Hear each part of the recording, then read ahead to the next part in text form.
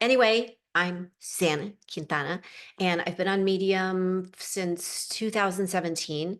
Um, Many of those years was a top writer. Now more into the editing side of it. I do a heck of a lot of, oh, hi, Debbie from Middle Paws. Yes, a puff for women in the middle. That's me. I'm a woman in the middle. Um, so I do a lot of editing, and I've been a writer for my entire life, going back to when I was little girl and writing little stories about a mouse family that lived in our house. So I have been there, done that, got the t-shirt as far as the rejection and the this and the that and the learning and the keep going and the like, I don't even consider myself a writer at this point. It's just who I am. So I love that part of editing is to help writers take their story and be able to share it with the world because all of our stories are important. It's not about the story itself, it's about how do you share that story so somebody's going to want to read it, right? To somebody even wants to click on it, starting with the title.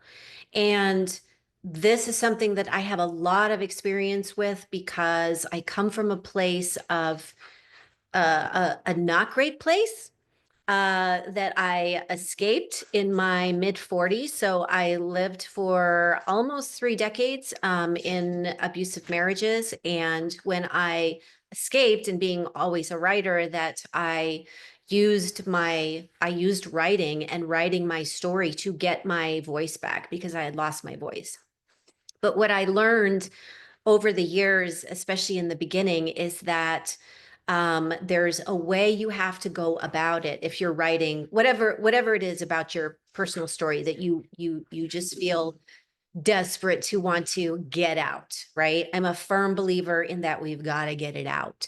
Whatever that looks like, if you just get it out and write it into a private journal, or if you want somebody to read it. And if you hear my dogs playing, that's my dogs playing. If you hear toys and rough housing, they're dog housing right now. Um, and again, I'm going to keep an eye on the chat in case you have any, like, since we don't have much time, if you have a specific question about like writing your personal story or something you know, been like an obstacle or a challenge that you've had, please put it in there and I love, love, love questions so that I make sure I'm using your time as best as I can during this 30 minutes.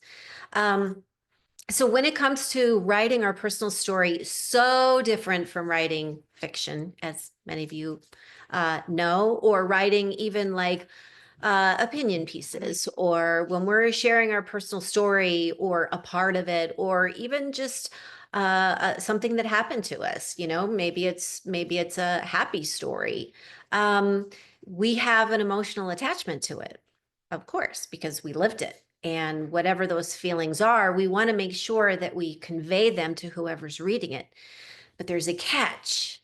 So I love the phrase that, and I first heard it from Glennon Doyle, but she didn't, she said her friend said it. So it's not attributed to Glennon Doyle, but I heard it through her first about that.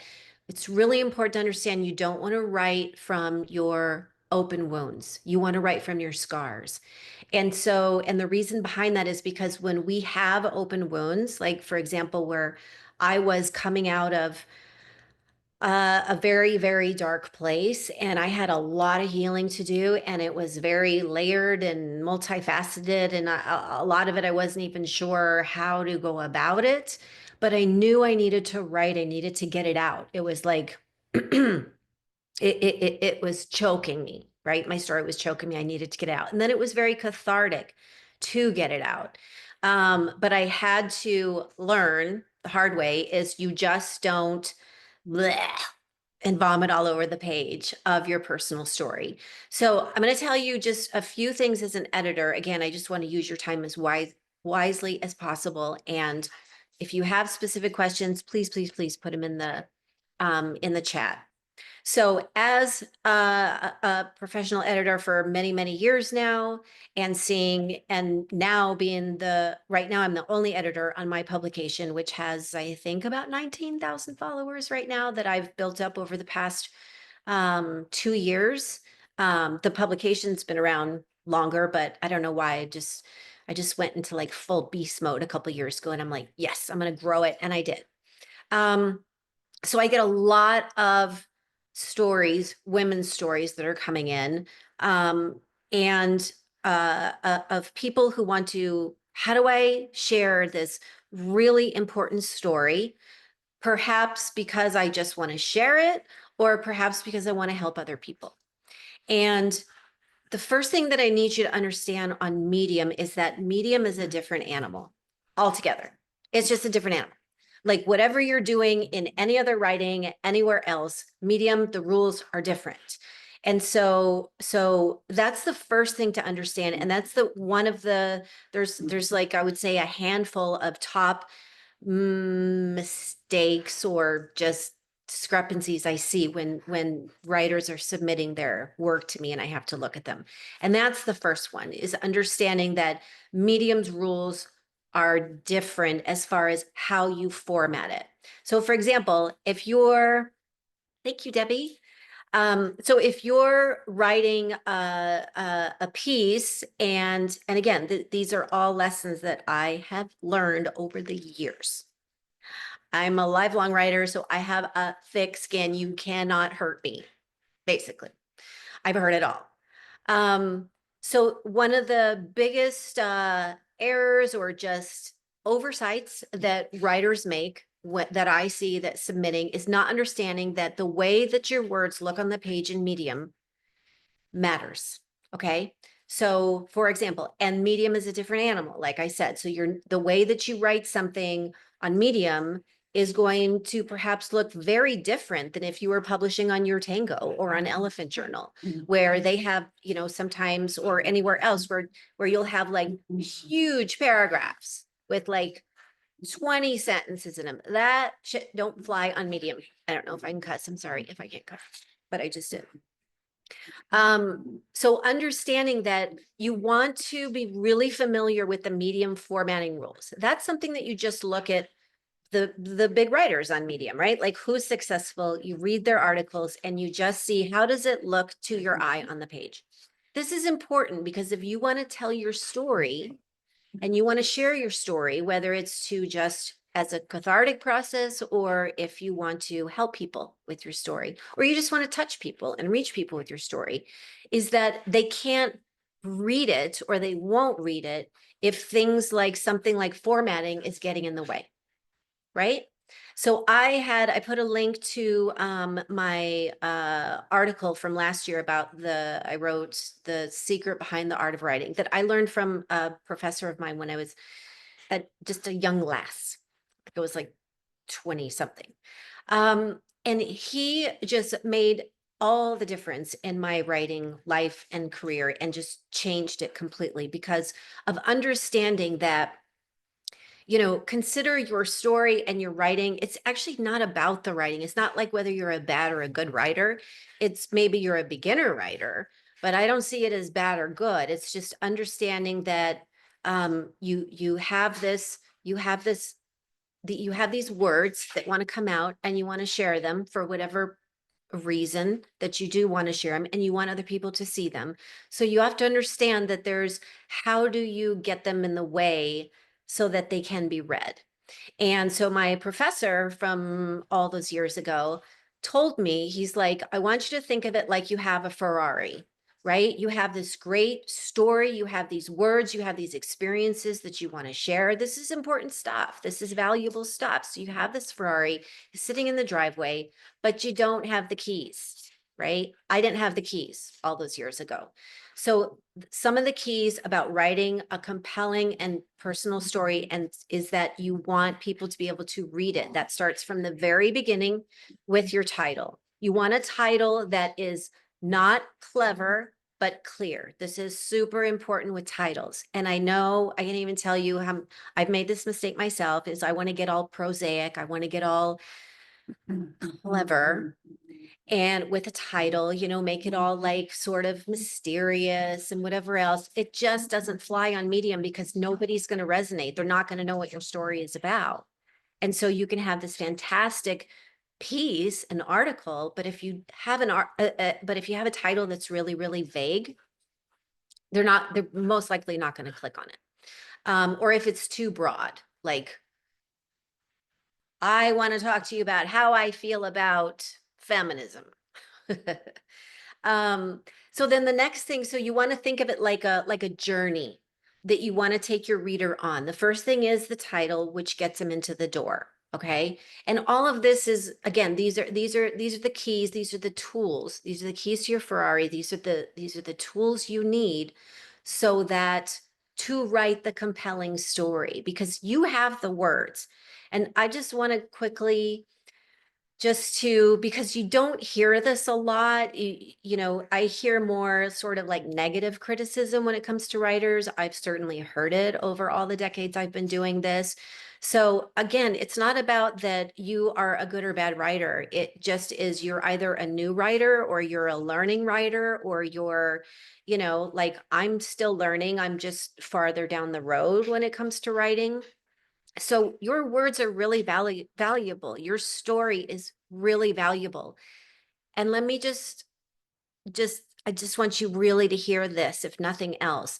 Even if it's one person that reads your words, that reads your experience, that reads and says, oh my God, I am so touched, moved, changed.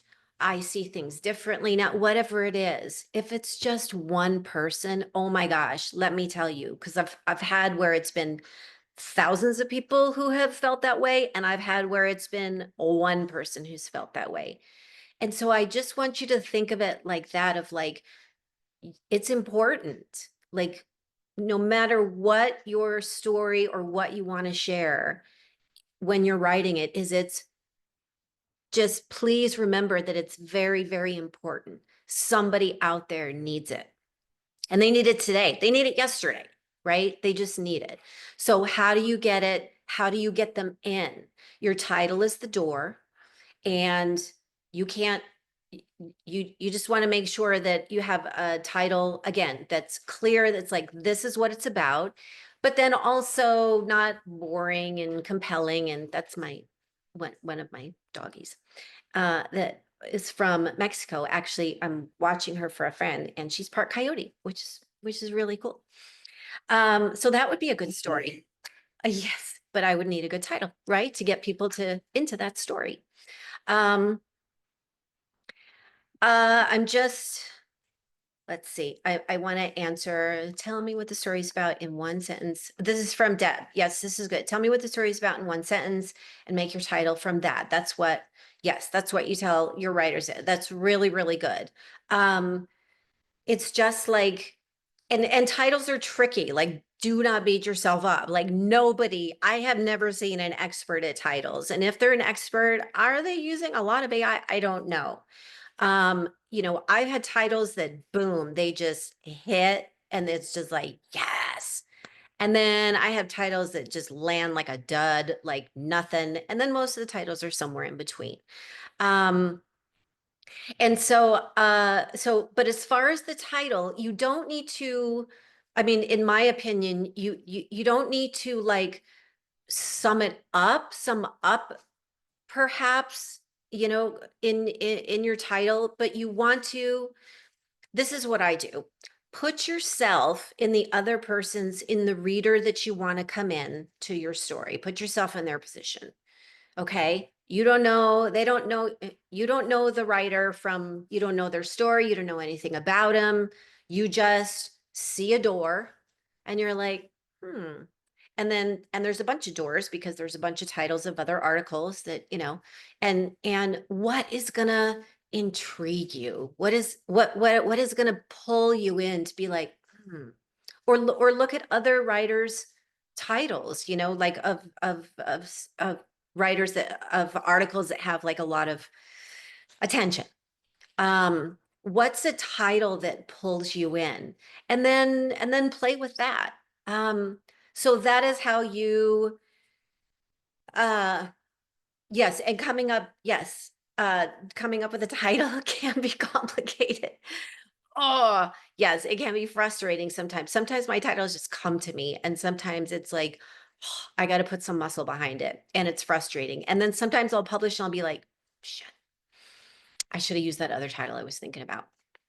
Um, but I just want to, and then I want to move on because we're running out of time. But with the title, just why is it so important? It's because it's the door that you got to get them in.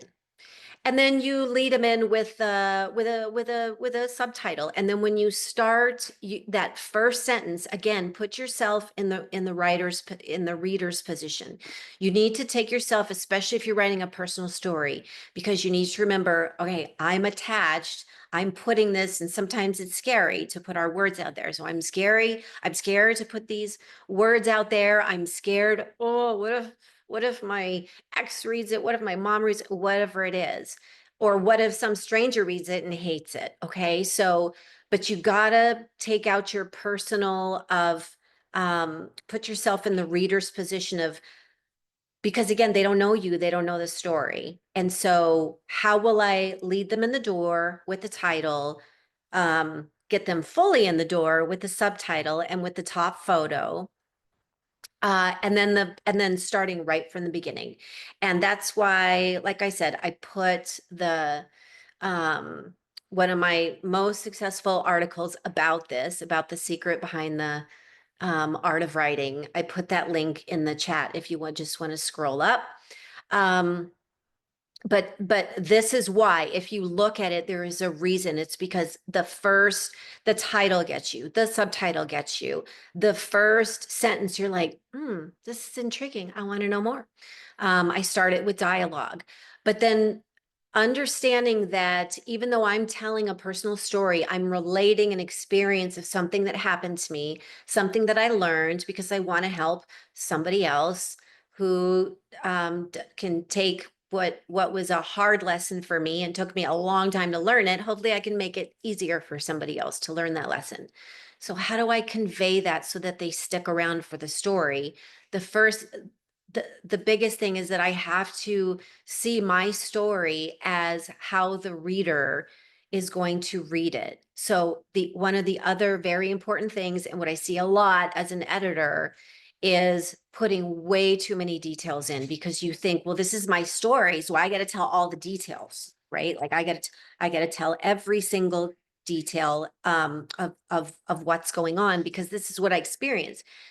And while this is all very important to you, every single detail is important to you, you have to ask yourself, does the reader need to know this? Does the reader need to know when it comes, like, let's say dialogue, when you're sharing dialogue? And again, this is something I see over and over again by writers, is almost verbatim, like it's putting out the whole conversation. People don't care, right, about the details about a conversation. What's the point you're trying to make in this, whatever you're trying to convey? Let me just read before the questions before.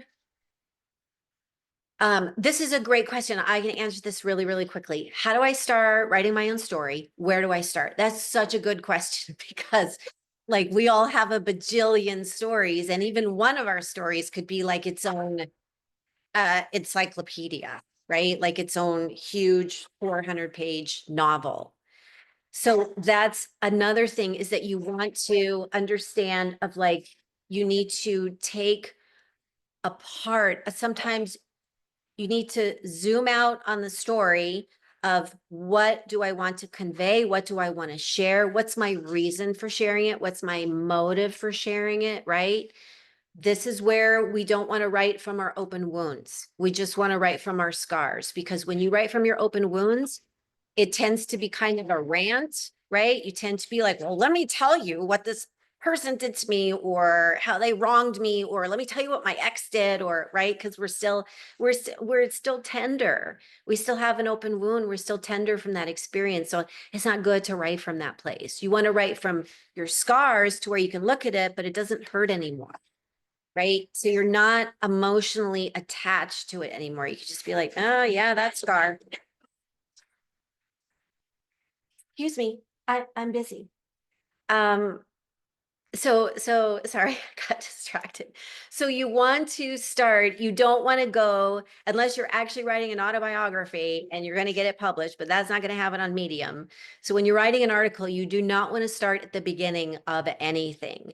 You want to go, that's when you want to zoom in to a moment, to a conversation, to a shift or a dynamic that led you to change something or to see something differently.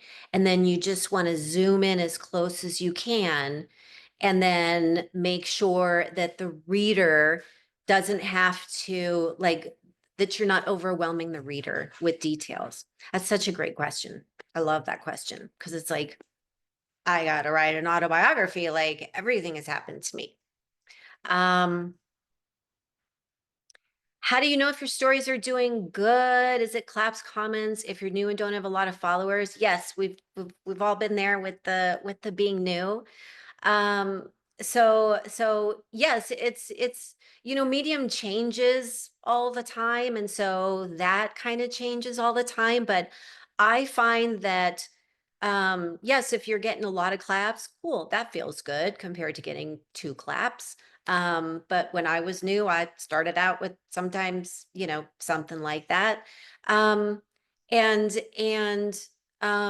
but what I've learned is that that feeling of success for me when I write an article, but especially in the beginning when you don't have a lot of followers, is success feels like again, if you're touching that one person, if the one I had so many articles in the beginning where I remember there was like probably like a handful of like five people who would just follow me and maybe one would comment here on this article or one and that would be success for me in the beginning.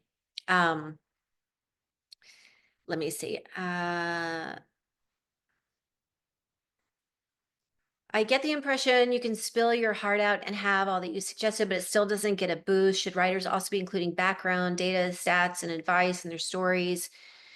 Again, we don't overwhelm the reader, right? If you have a personal story that you want to share about like the article that I put the link in the chat because I want you to just see how um I have zoomed in on one part of this particular story and then I take the reader into consideration as to like does the reader need to know this detail? For example, like my professor, does the reader need to know that, I think I have one line in there that he's an older man, he wears a tweed jacket, he looks like an English professor, like you think an English professor would look.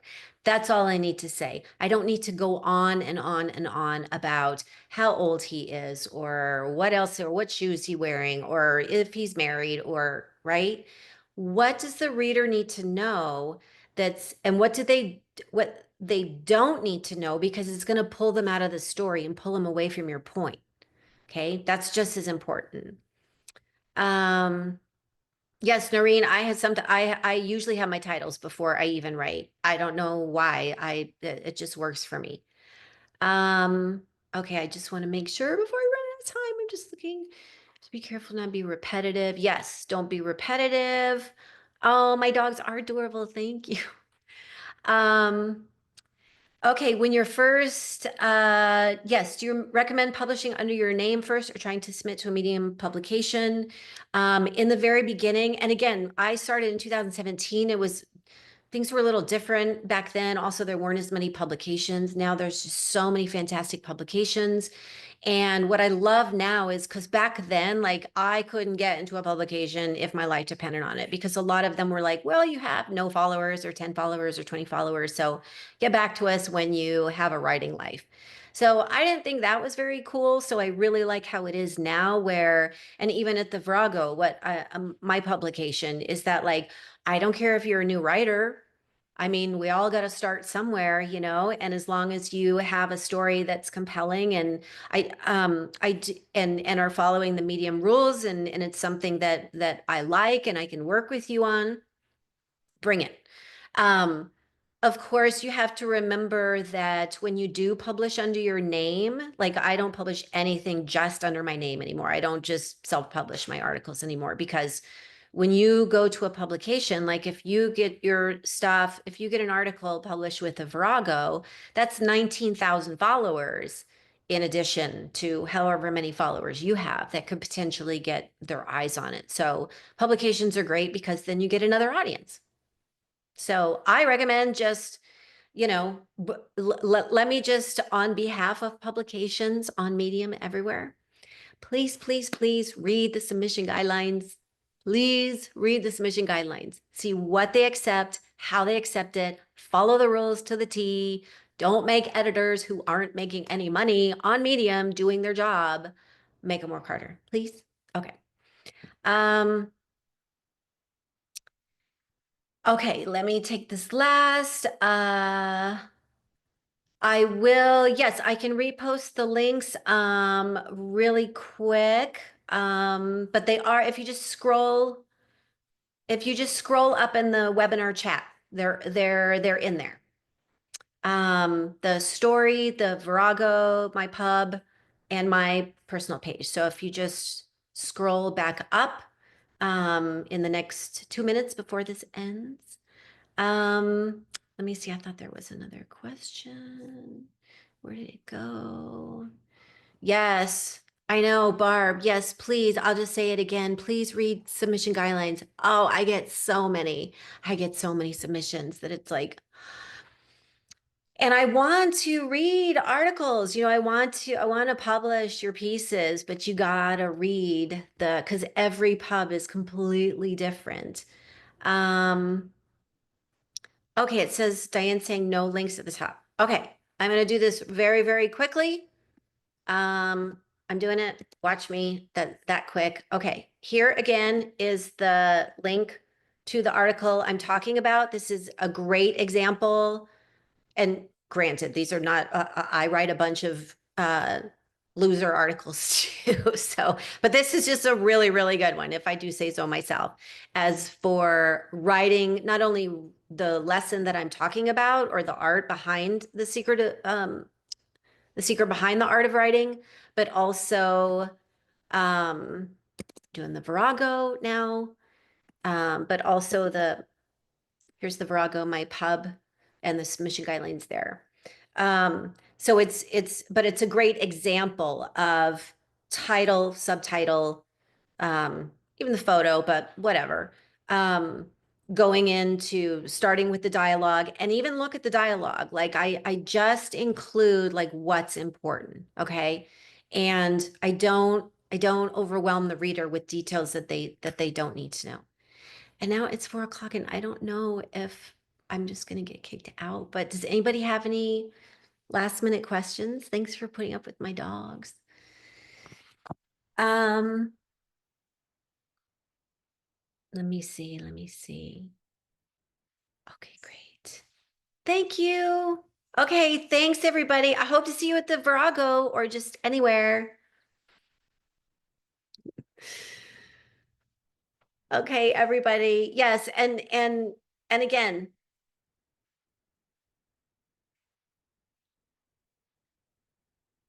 okay,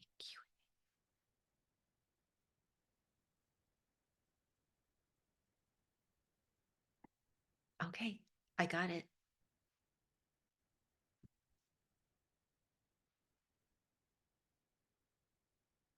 Okay. Okay, good. Have fun at the rest of Medium Day or wherever you were before this. And thank you for coming. You're awesome. And I hope to see you around Medium. And leave me a comment if you have more questions on that article that I shared about the secret behind the art of writing. Yeah, we'll talk there. We can talk there.